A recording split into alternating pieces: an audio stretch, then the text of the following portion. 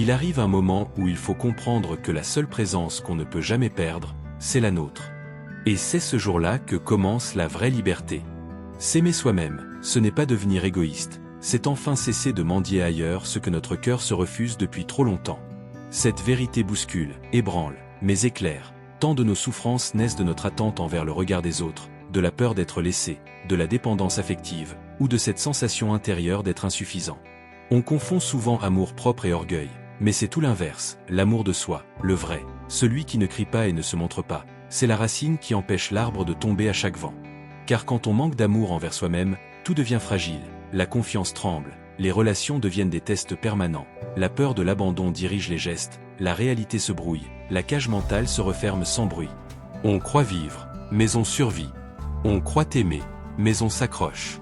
On croit avancer, mais on tourne en rond dans des schémas invisibles.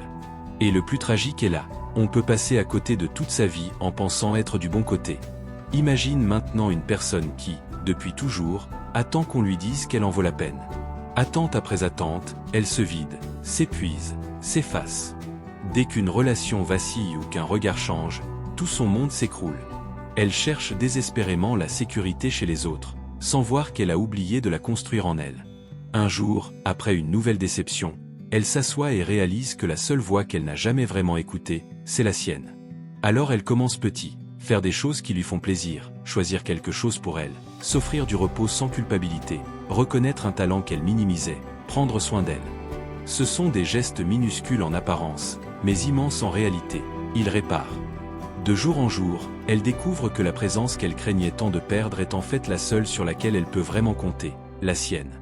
Et, paradoxalement, à mesure qu'elle s'aime, ses relations deviennent plus saines, sa peur de l'abandon s'efface, sa clarté mentale revient, son cœur se calme, et la vie prend enfin un sens qu'elle croyait réservé aux autres.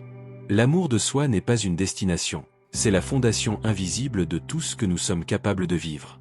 Tant que cette fondation manque, tout s'écroule. Quand elle est là, tout devient possible. S'aimer soi-même, c'est se libérer de la prison des attentes, et découvrir que la vie commence vraiment le jour où l'on cesse de se fuir.